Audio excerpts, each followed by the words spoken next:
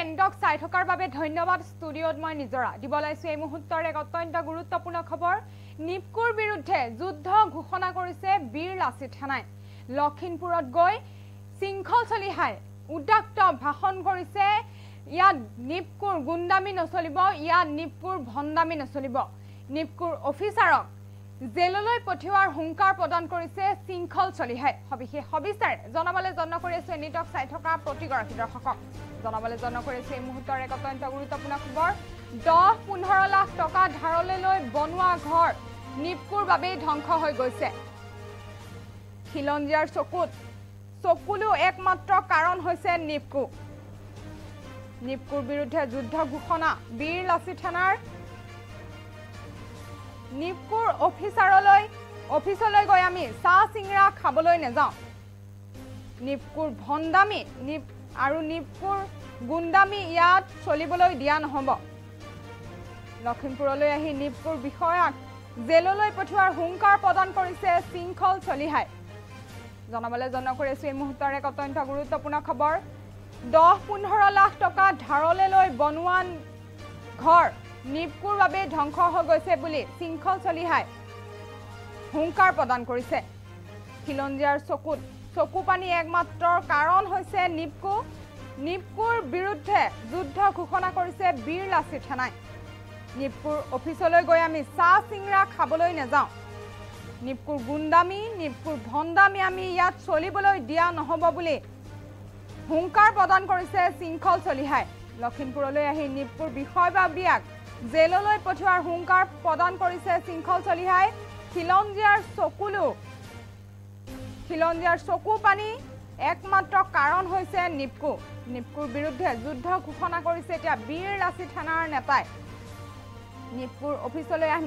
আমি চাহ চিংৰা খাবলৈ নেযাওঁ বুলি কৈছে আৰু লগতে কৈছে নিপকুৰ গুন্দামি নিপকুৰ ভণ্ডামি ইয়াত চলিবলৈ দিয়া নহব লখিমপুৰত আহি নিপকুৰ বিষয়ববীয়াক জেললৈ পঠিওৱাৰ হুংকাৰ প্ৰদান কৰিছে সিংখল চলিহাই 10-15 লাখ টকা ধাৰলৈ লৈ বনোৱা ঘৰখন নিপকুৰ বাবে ধ্বংস হৈ গৈছে খিলঞ্জিয়াৰ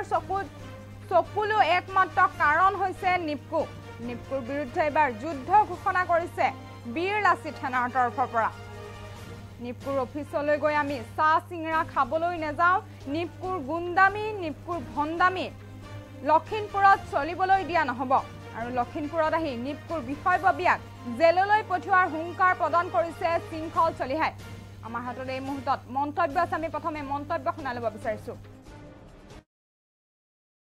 আমি ইয়াত চলিব দিয়া নহব নিপকুৰ ভণ্ডামি ইয়াত চলিব দিয়া নহব আৰু এটা কথা আমি স্পষ্টকৈ কৈ দিছো নিপকুৰে যদি বীৰ লাচিত থানা নামৰ শক্তিটোক আলোচনাত মাতে বীৰ লাচিত থানাৰ সত্তাটোৱে কিন্তু নিপকুৰ অফিচত গৈ চাহ চিংৰা খাবলৈ নাযায় আৰু নিপকুক পুনৰ সকীয়াই দিছোঁ অতি শীঘ্ৰে ক্ষতিপূৰণ দিয়ক আৰু নহ'লে দাস উপাধি মানুহজন জেললৈ যাবলৈ প্ৰস্তুত থাকক এখন দীঘলীয়া আইনী যুদ্ধ হ'ব লখিমপুৰত ফ্লাড এফেক্টেড হৈছে এইটো প্ৰকৃতি সৃষ্ট বান নহয় এইটো নিপকু সৃষ্ট বান আৰু সেইকাৰণে নিপকুৰ বিপক্ষে এখন আমি PIL ফাইল কৰিম আৰু নেতৃত্বত থাকিব আমাৰ প্ৰাণজিৎ গগৈ ডাঙৰীয়া যুটীয়া সচিব আৰু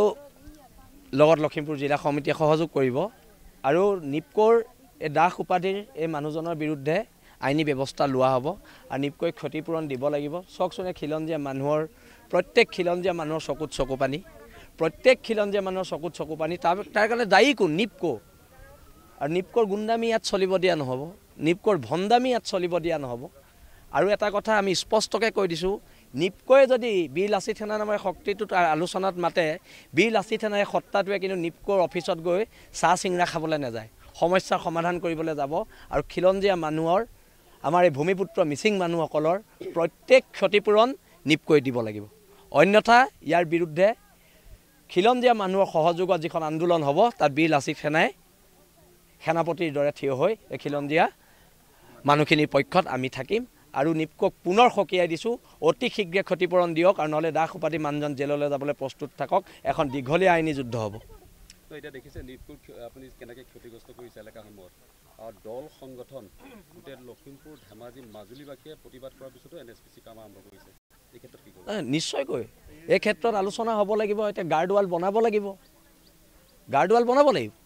নিপকুৰে গাৰ্ডৱাল বনাব লাগিব গাৰ্ডৱাল নবনোৱাকৈ তেওঁলোকে কেনেকৈ পানী এৰি দিয়ে প্ৰত্যেকবাৰে পানী এৰি দিয়ে আৰু প্ৰত্যেকবাৰ আমাৰ খিলঞ্জীয়া মানুহখিনি হাৰাশাস্তি এজন মানুহে 10-15 লাখ টকা ধাৰ লৈ এটা ঘৰ বনাইছিলে ঘৰ উটি গৈছে নিপকো দিব লাগিব ক্ষতিপূৰণ মানুহজনক এই মানুহখিনি অৱস্থা চাওকচোন কি হৈছে আমাৰ খিলঞ্জীয়া ভূমিপুত্ৰ যদি আজি মিচিং মানুহখিনি অসমত এইটো অৱস্থা হয় হা তেনেহ'লে এই ভূমিপুত্ৰ মানুহখিনি যদি এইটো অৱস্থা হয় সেইকাৰণে ঐক্যবদ্ধতাৰ এখন সংগ্ৰাম হ'ব লাগিব এই সংগ্ৰামত বীৰ লাচিত থানা অসম খিলঞ্জীয়াৰ পক্ষত আছে ধন্যবাদ জয় অসম।